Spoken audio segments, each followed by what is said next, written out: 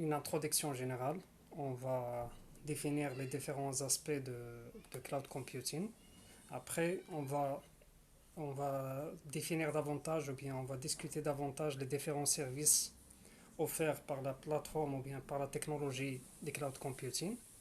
Commençons par l'infrastructure comme service, ou ce qu'on appelle en anglais Infrastructure as a Services, puis la plateforme comme service ou Platform as a Services, et puis les logiciels qui sont offerts en location ou bien comme service, ce qu'on appelle en anglais Software as a Services, et bien d'autres modèles de services de cloud. Puis on va passer à une conclusion générale. Le cloud computing, ou en français l'informatique dans les nuages, consiste pour les entreprises à externaliser les ressources numériques qu'elles stockent, ou bien les services qu'ils utilisent. Donc, d'une autre façon, c'est la location des services au lieu de l'acquisition des services, soit infrastructure et matériel.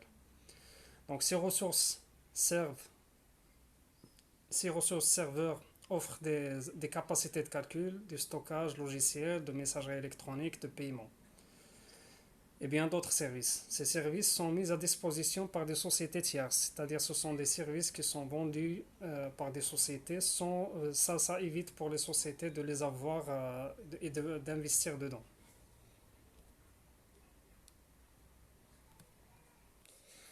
D'où on trouve que l'intérêt principal des cloud computing, c'est d'éviter à les sociétés, surtout les startups qui commencent à travailler ou bien des grosses boîtes qui utilisent des ressources énormes, de les éviter d'avoir la nécessité d'acquérir de matériel ou bien de l'infrastructure ou même des logiciels pour faire fonctionner leur business. Là, ils peuvent faire appel à des services de location, c'est-à-dire d'autres sociétés tierces qui vont leur louer soit le matériel, une partie de stockage, soit des logiciels carrément pour gérer leurs transactions, bien leurs services sur place, et bien d'autres services que les sociétés ils évitent en les louant et de les acquérir chez eux et avec leurs propres moyens.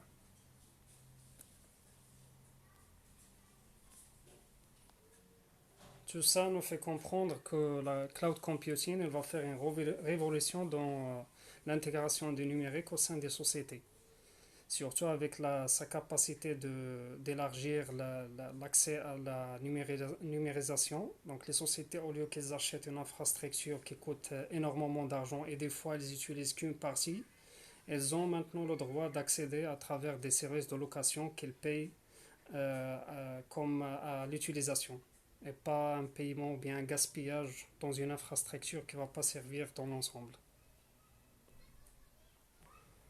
Alors même si le cloud computing a beaucoup évolué avec le temps et par le développement de plusieurs sociétés car elle est devenue une niche et une source d'argent importante, on trouve qu'elle est toujours divisée en trois catégories principales qui sont l'infrastructure ou bien l'infrastructure as a services qui offre une infrastructure informatique comme de la puissance de calcul, des machines virtuelles, incluant des systèmes d'exploitation, du stockage ou des services de sauvegarde.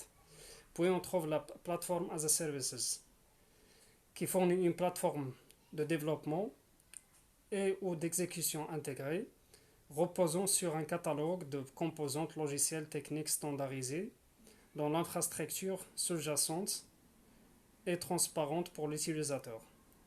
Bien, on trouve le troisième aspect qui est le SaaS, ou bien le Software as a Services, ce qui est une solution applicative répondant au domaine d'utilisation précis, supportant une fonction de métier, de gestion de la relation clientèle par exemple, gestion financière, ou un service transverse, par exemple la messagerie, les outils de collaboration et tout ça.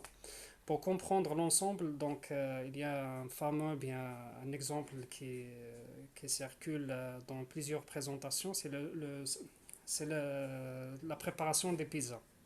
Par exemple, pour comprendre la différence entre ces trois aspects d'une façon très très simple, si on veut préparer une pizza, ou bien ils disent pizza as a services.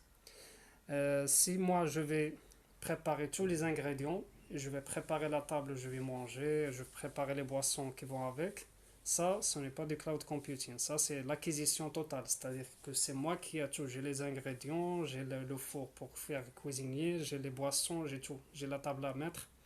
Ça, c'est tout simplement le modèle classique. Maintenant, avec le cloud computing, pour comprendre l'IaaS ou bien l'infrastructure as a services, c'est comme si moi, je vais juste cuire la pâte. Je vais ramener la pâte d'un supermarché qui est semi-cuite. Je vais la cuire chez moi. Et moi, quand même, je vais préparer je vais préparer la table. C'est moi qui va partir la chercher, chercher cette pizza. Puis je vais préparer la table chez moi. Je vais préparer les boissons et tout ça. Le deuxième service qui est la plateforme as a services, c'est carrément le delivery, c'est-à-dire c'est quand on va demander le delivery, c'est-à-dire on va faire appel à une société de distribution ou bien à un restaurant de pizza qui font le système de delivery. Donc ils vont me livrer à la maison. Ça c'est l'exemple. Moi je n'ai qu'à préparer la table et préparer les boissons qui vont avec et bien sûr un appétit pour bien manger. Sinon, le troisième aspect qui est le SaaS, c'est le Software as a Service, c'est-à-dire c'est la technologie qui offre l'ensemble. Il offre de l'application jusqu'à le middleware, jusqu'à les serveurs de stockage, donc il offre tout à la fois. Ça, c'est comme si je vais manger dans un restaurant. Donc là, j'ai rien à préparer, sauf l'appétit, bien sûr, pour pouvoir manger. Donc, j'ai rien à préparer. La table, elle est là, les boissons, elles sont là. Moi, je vais juste consommer ce que je veux et ressortir par la suite. Donc, ça, c'est à peu près pour approcher. C'est une approche qui englobe, qui- qui va nous donner une idée claire sur les services du cloud computing. De là, on peut aussi comprendre ou bien conclure que voilà, le IaaS, c'est un outil surtout pour les ingénieurs, ou bien les architectes informaticiens, ou bien les IT architectes en anglais, c'est-à-dire les gens qui ont des capacités comme une société d'informatique qui a déjà ses ingénieurs, donc il n'a besoin carrément que d'une infrastructure, mais sinon le personnel qui va travailler dedans, il est là. C'est pour ça qu'on fait appel à l'IaaS dans ce cas. Par la suite, on trouve que le PaaS, c'est pour les développeurs, c'est-à-dire une société de développement, par exemple, elle n'a pas des capacités ou bien des moyens pour investir pour les serveurs physiques, ou bien les middleware, c'est-à-dire les environnements de travail, ce qu'on appelle les middleware ou bien les API. Par la suite, on trouve le SaaS. Le SaaS, c'est pour les end users, c'est-à-dire une société qui ne dispose pas des informaticiens ou bien elle ne veut pas s'engager dans même avoir des informaticiens chez eux. Donc, ils peuvent engager des sociétés de cloud qui va fournir un logiciel prêt à utiliser par ces commerciaux ou bien des gens qui n'ont pas forcément un rapport avec l'informatique. De même, les services cloud computing se distinguent en quatre catégories principales. Donc on trouve le cloud privé, ou bien le cloud public qui est ouvert à tout le monde. Puis le cloud privé qui est fermé, par exemple, c'est juste pour une entreprise, pour ses employés en interne. On trouve aussi le cloud communautaire, donc c'est le cloud qui est entre organisations ou bien entre sociétés qui traitent ou bien qui fournissent des services complémentaires. On trouve aussi le cloud hybride, c'est l'ensemble ou bien c'est l'intersection ou bien c'est l'utilisation de l'ensemble de ces clouds à la fois. Donc c'est ça en gros une introduction générale sur les aspects ou bien les différentes définitions et interprétations du cloud computing. Passons maintenant à la définition de l'infrastructure as a services, qui est communément appelée tout simplement par l'abréviation IaaS, est une forme de calcul computing qui fournit des ressources fondamentales de calcul, de réseau, de stockage aux consommateurs, à la demande. C'est-à-dire, ce sont des services qu'on fait nous le choix, c'est-à-dire on paye, surtout l'aspect de paiement à la demande comme on va voir par la suite. Donc, sur Internet, on trouve plusieurs, bien sûr, fournisseurs de ce genre de services. On peut citer par exemple le géant Alibaba, Google, on peut citer aussi Amazon, Microsoft aussi, elle a une plateforme, la société IBM et bien d'autres sociétés qui fournissent leurs services. Donc l'IS permet aux utilisateurs finaux d'adapter et de réduire les ressources en fonction des besoins, réduisant ainsi les dépenses d'investissement initial élevées ou les infrastructures pro- propriétaires, c'est-à-dire inutiles. C'est-à-dire au lieu d'acheter un serveur dont je vais utiliser juste une petite partie et le coût de serveur est très élevé, là je peux faire appeler tout simplement un service de l'une de ces sociétés.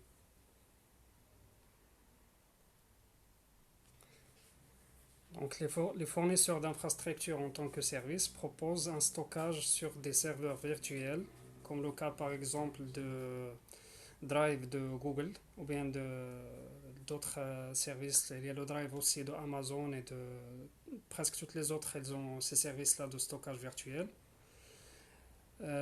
Aussi, également, elles peuvent fournir des API, ce qu'on appelle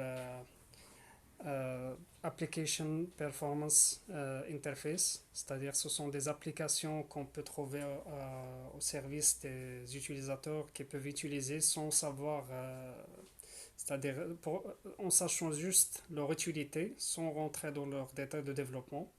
Donc ça peut servir les IT architectes bien sûr pour pouvoir concevoir leurs services. Mais également, on peut voir aussi, c'est transférer leur charge de travail vers des machines virtuelles. C'est-à-dire les utilisateurs, elles peuvent transférer, au lieu de charger leur serveur local, ils peuvent faire appel à des machines virtuelles. Donc les IaaS peuvent être des serveurs, des réseaux, de l'espace de stockage ou des espaces au sein de data centers. Ça aussi, ce sont tous des services qu'on peut trouver à travers l'IaaS. Les utilisateurs disposent d'une capacité de stockage allouée. Ils peuvent ensuite démarrer, arrêter ou configurer la machine virtuelle et le stocker selon leur désir. Donc c'est ça l'avantage. On n'est pas forcément avoir tous ces matériels-là ou bien toute cette infrastructure pour pouvoir travailler. On peut la faire, on peut l'utiliser ou bien faire appel à ces services à la demande. Les infrastructures fournies peuvent être petites, moyennes, grandes ou très grandes pour s'adapter aux différents besoins. Grâce à ce type d'infrastructure, les entreprises n'ont pas besoin d'investir dans leur propre matériel, comme on a cité avant. Les IaaS sont également mises à l'échelle et flexibles et s'adaptent à la charge de travail.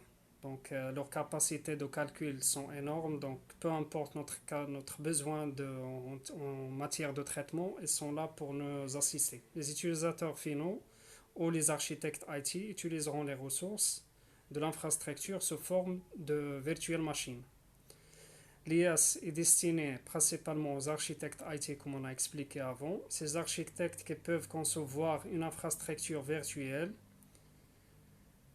par exemple un réseau, un équilibrateur de charge, bien d'autres services aussi, en fonction de leurs besoins. Toujours, c'est la liberté d'utiliser ou de ne pas utiliser sans avoir des charges supplémentaires. Alors, l'IaaS est constitué d'un ensemble de ressources physiques et virtuelles qui fournissent aux consommateurs les éléments de base nécessaires pour exécuter des applications et des charges de travail dans le cloud. Généralement, les fournisseurs d'IaaS offrent des services tels que le calcul, comme on a vu tout à l'heure avec les virtual machines, ou les développeurs ou bien les IT architectes, ils peuvent faire pour les traitements ou bien à des API et les faire exécuter à travers les virtual machines disponibles par le service de l'IaaS. Le réseau, c'est-à-dire la mise en réseau, toujours à travers les API, par le biais des API, on peut trouver une multitude de services sans avoir besoin d'acheter des routeurs ou bien des commutateurs ou bien d'autres outils d'infrastructure de réseau, surtout pour les sociétés qui travaillent avec le cloud privé. Le stockage, on peut bien sûr, comme on a tous utilisé des fois des services qui sont gratuits mais sont limités, comme le Google Drive, on peut stocker des fichiers ou bien tout type de un bloc de données ou bien tout ce qu'on veut stocker. Et aussi les centres de données physiques, c'est-à-dire on peut carrément louer un espace physique, c'est-à-dire louer un serveur qui sera à notre disposition, mais c'est pas nous qui va gérer son alimentation, c'est pas nous qui va gérer son achat. Nous on fait juste la location pour une durée déterminée et on paye tant qu'on l'utilise. En gros, les fournisseurs IaaS offrent des services informatiques virtuels aux consommateurs moyennant un paiement par utilisation, paye sur la base pay as you go, c'est-à-dire tu payes quand tu n'utilises pas, tu n'as pas de paiement à faire, contrairement à les moyens classiques ou bien la façon classique d'acheter et de payer, soit tu utilises, soit tu n'utilises pas. L'IaaS aussi contient des caractéristiques des cloud computing telles que le self-service, c'est-à-dire c'est à moi de définir quel service j'en ai besoin et je vais l'utiliser à la demande. Un large accès au réseau, donc ça aussi c'est très important. Un mise au commun des ressources, élasticité rapide et services mesurés. Tout ça, ce sont les principaux caractéristiques de l'IaaS. En dehors de tout cela, on peut trouver d'autres caractéristiques de l'IaaS qui sont ses propres caractéristiques comme suite. Accès web aux ressources, donc à travers Internet, on peut accéder à des ressources. Comme toujours, on a cité le cas de Google Drive. Une gestion centralisée, donc les données sont gérées d'une façon centralisée, ou bien les services sont gérés d'une façon centralisée. Élasticité et mise à l'échelle, ou bien scalabilité dynamique, c'est-à-dire qui s'adapte avec mes besoins. Une infrastructure partagée, qu'on partage, tous les utilisateurs de ces services, ils partagent la même infrastructure, mais chacun selon ses besoins. Des virtual machines qui sont configurées, c'est-à-dire à travers notre demande, ça dépend des traitements, ça dépend des API qu'on va mettre en liaison, bien des services qu'on aura besoin. Des services à compteur, bien sûr, tous d'autres services qui peuvent être fournis par cet aspect-là et sont toujours comptés à l'utilisation. Passons maintenant à l'adéquation de l'IaaS. L'IaaS réduit le coût total de possession et augmente le retour sur investissement pour les entreprises en démarrage, les startups, qui ne peuvent pas investir davantage dans l'achat de l'infrastructure informatique. Prenons maintenant l'exemple des nouvelles startups ou bien de la nouvelle génération de l'industrie 4 ou bien l'industrie 4 des sociétés d'informatique qui fournissent des services. Donc on trouve une multitude de sociétés qui créent des logiciels, des applications, mais elles n'ont pas réellement une infrastructure. C'est ça l'avantage des services de cloud computing tels que l'IaaS. Ça permet à ces sociétés, au lieu d'acheter des grands serveurs physiques, d'acheter des PC géants avec des capacités de calcul énormes qui ne peuvent pas s'offrir dans la plupart des cas. Donc les gens ils font appel à des services de cloud qui vont vraiment réduire le coût d'investissement et rendre facile l'investissement de départ.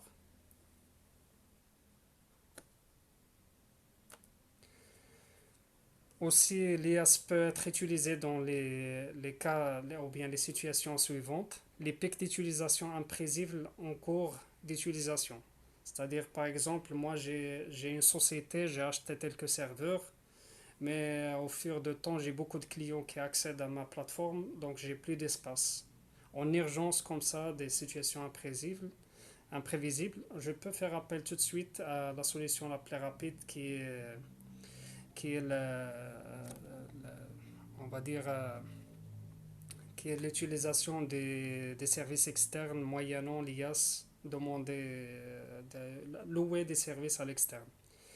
Puis, on a l'investissement limité en capital, comme on a expliqué tout à l'heure pour les sociétés, soit les sociétés qui sont au départ de leur business, soit les sociétés qui ont déjà démarré leur business, ou bien les grandes sociétés, mais qui gaspillent beaucoup sur l'infrastructure. Donc, on peut trouver par exemple les sociétés de télécom qui ont beaucoup d'agences. Elles peuvent des fois réduire leur facture infrastructure moyennant l'externalisation des services à l'extérieur. Infrastructure à la demande, c'est ça. Donc l'investissement à l'infrastructure, il se fait à la demande. Je n'ai pas besoin de faire toute l'infrastructure au départ, mais quand j'ai vraiment besoin, je peux là faire appel à des services de l'IaaS. Cependant, il existe des situations où l'IaaS ne peut être pas la meilleure solution ou bien la meilleure option. Dans les situations suivantes, les utilisateurs informatiques doivent éviter l'utilisation des services de l'IaaS. Donc lorsque l'utilisation est minimale, c'est-à-dire par exemple moi je veux stocker une capacité minimale je peux gérer sur un seul PC par exemple sans même avoir acheté un serveur.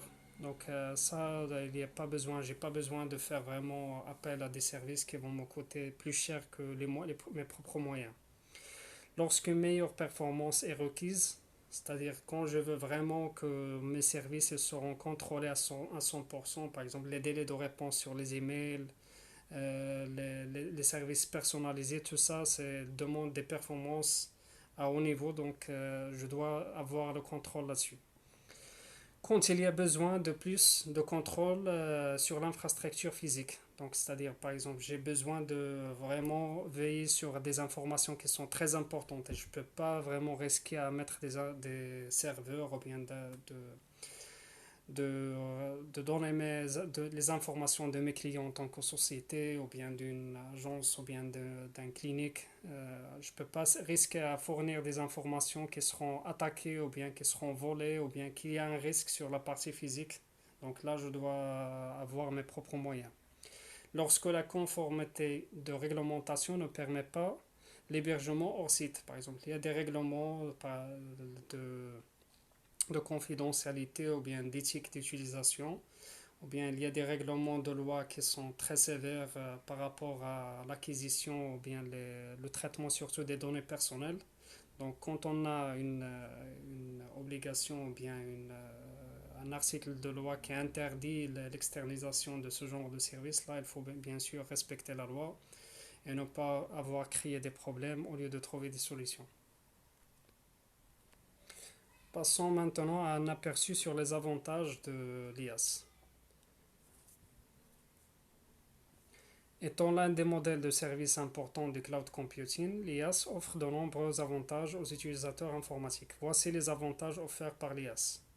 Modèle de paiement à l'utilisation, comme on a expliqué tout à l'heure. Le coût total de possession réduit. Ça, c'est un avantage majeur. Ressources élastiques à la demande, c'est-à-dire j'ai toujours le droit d'élargir mes ressources ou bien mes moyens de travail, mais pas forcément d'investir dans des infrastructures que je ne vais pas m'en servir par la suite.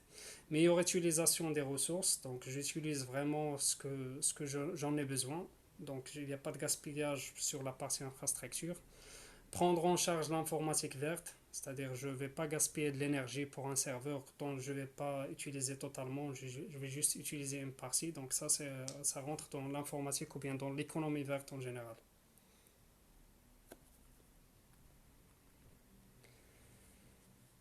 Maintenant, les inconvénients de l'IaaS. Comme chaque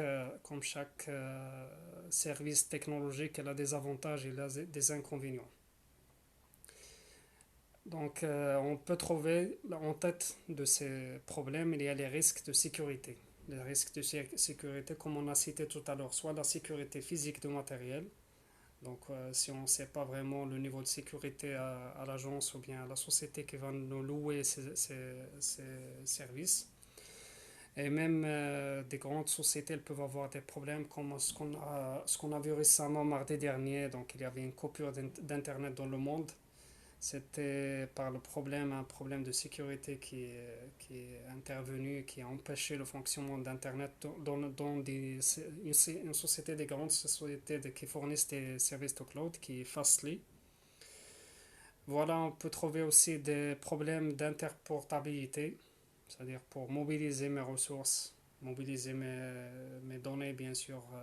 L'exemple des données, c'est le plus fréquent. Si je veux changer ma base de données d'un serveur où j'ai loué à un autre serveur, des fois ça pose des problèmes d'interportabilité. Les problèmes de performance, comme on a cité tout à l'heure, par exemple, gérer le délai de réponse, le délai de les services personnalisés, tout ça, ça peut avoir des problèmes. Donc il y a certains cas qu'on ne peut pas faire appel à ces services-là.